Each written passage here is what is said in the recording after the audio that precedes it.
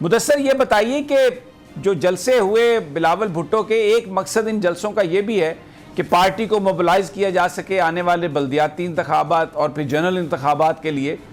تو جو مقامی لوگ تھے پیپلز پارٹی کے وہ بھی جلسوں میں نظر آئے، کیسی تھی ان کی پارٹیسپیشن، یا سندھ سے آنے والے قافلے ہی ہمیں ٹی وی پہ نظر آتے رہے؟ سر یہ جو قافلہ کل پہنچا ہے، اس کو جو ہے ہم نے بڑی قریب سے جو اس کی کوریج کی ہے. ہم اس جو ہے بالکل اس کے ساتھ جو ہے ہر طرح سے میں اٹیچ رہا ہوں. جو سندھ سے یہ قافلہ لے کے آئے تھے اس میں یہ 20-22 ہزار لوگوں کو لے کے آئے ہیں. کئی کلومیٹر لمبی لائنیں تھی.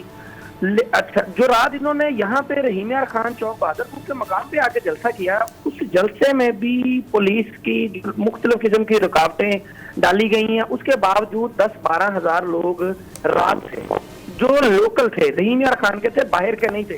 کیونکہ رحیم یار خان ان کا ایک ایسا جو ہے ضلع ہے جہاں پہ سابق گورنر پنجاب جو ہے مخدوم احمد محمود، ان کے جو ہے 2 بیٹے وہ MNA ہیں پیپلز پارٹی کی ٹکٹ پہ یہاں سے، اور 2 MPs ہیں یہاں سے پیپلز پارٹی کی ٹکٹ پہ. اس لیے اس کو جو ہے پیپلز پارٹی کا گڑھ بھی کہا جاتا ہے رحیم یار خان کو.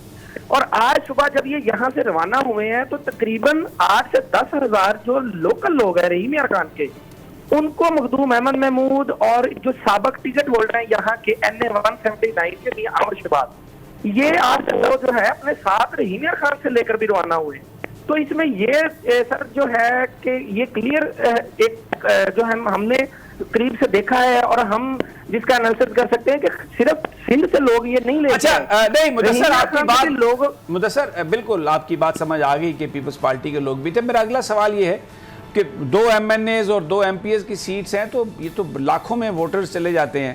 تو موبلائزیشن کا جو لیول ہے پیپلز پارٹی کے ورکرز میں، آپ سمجھتے ہیں کہ یہ تعداد کافی ہے یا زیادہ بھی آ سکتی تھی اگر بہتر موبلائزیشن کی ہوتی؟ کیا آپ سمجھتے ہیں کہ یہ جو شو ہے پیپلز پارٹی کا، یہ جو علاقائی سیاست ہے وہاں پر، مقامی سیاست ہے، اس پر اس کا کوئی امپیکٹ ہوگا؟ سر اس کا بالکل امپیکٹ ہوگا. ہم بھی رات توقع یہ کر رہے تھے کہ جو مخدوم احمد محمود ہے ان کی لوکل سیاست پہ یہاں پہ بہت زیادہ گرفت ہے. تو ہمیں امید تھی کہ 20-25 ہزار سے زیادہ جو ہے نا وہ لوگ یہاں پہ جلسے میں موجود ہوں گے.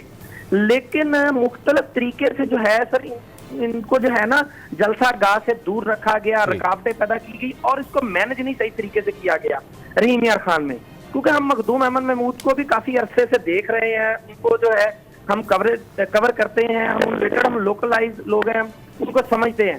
لیکن مس مینجمنٹ اس جلسے کی رات بہت زیادہ ہوئی ہے، جس کی وجہ سے زیادہ لوگ نہیں آ سکے، کیونکہ رکاوٹیں بھی تھی اور مس مینجمنٹ بھی تھی. ٹھیک ہو گیا، تو لوکل سیاست پہ تو بہت اثر پڑے گا. ٹھیک ہے مدثر، آپ کا بہت شکریہ. اب چودھری مرتضیٰ ہمارے ساتھ ہیں بہاولپور میں. ویڈیو میں تو جلسہ بہاولپور کا ایک بڑا جلسہ نظر آ رہا تھا، مخدوم بھی پیچھے ہوئے نظر آ رہے تھے، مخدوم احمد محمود. جی چودھری مرتضیٰ، بہاولپور کی کیا صورتحال تھی؟ وہاں پر لوگ موبلائز ہوئے توقع کے مطابق آئے، لوگ توقع سے کم، یا ایک اتنا بڑا ہجوم آیا جس کی توقع نہیں تھی؟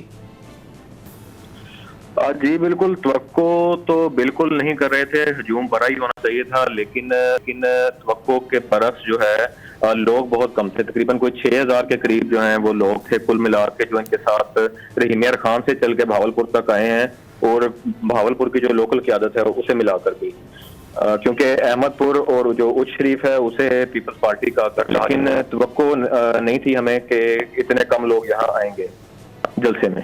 کیا وجہ، کم کیوں آئے؟ کیا بیٹر مینجمنٹ نہیں تھی، پولیس نے رکاوٹیں ڈالی، یا لوگ بیزار آپ کو نظر آتے ہیں؟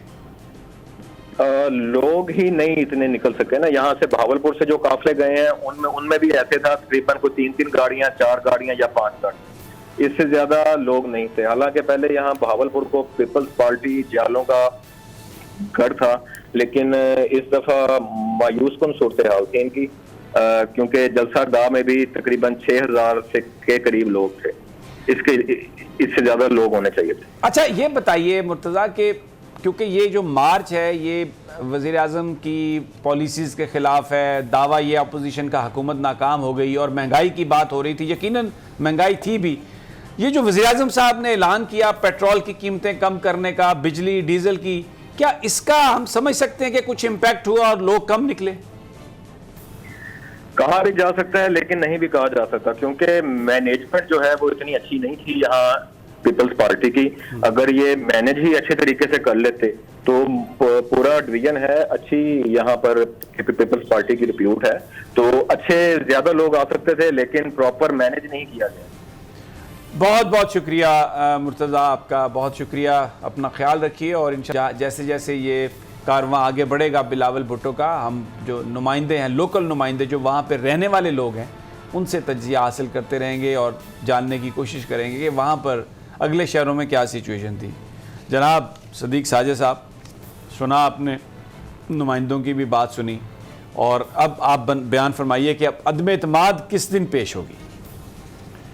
ابھی جب کہ میں آپ سے گفتگو کر رہا ہوں تو اس وقت آصف زرداری اور مولانا فضل الرحمان کی ایک اور ملاقات مولانا فضل الرحمان کی رہائشگاہ پر جاری ہے، اور میرے جو ذرائع ہے اس کے مطابق اس ملاقات میں نواز شریف بھی موجود ہیں ٹیلی فون کے ذریعے. اچھا، ان سے کیونکہ جو بھی فیصلہ کرنا ہے، جو بڑی اہم خبر صدیق ساجد دے رہے ہیں اس وقت کہ مولانا فضل الرحمان اور آصف علی زرداری کے بیچ دوسری ملاقات ہو رہی ہے، اور اس ملاقات میں نواز شریف صاحب شریک ہیں، بذریعہ ٹیلی فون، بذریعہ ویڈیو لنک، آڈیو لنک وہ موجود ہیں، اور فیصلہ ہونے جا رہا ہے تحریک عدم اعتماد کا.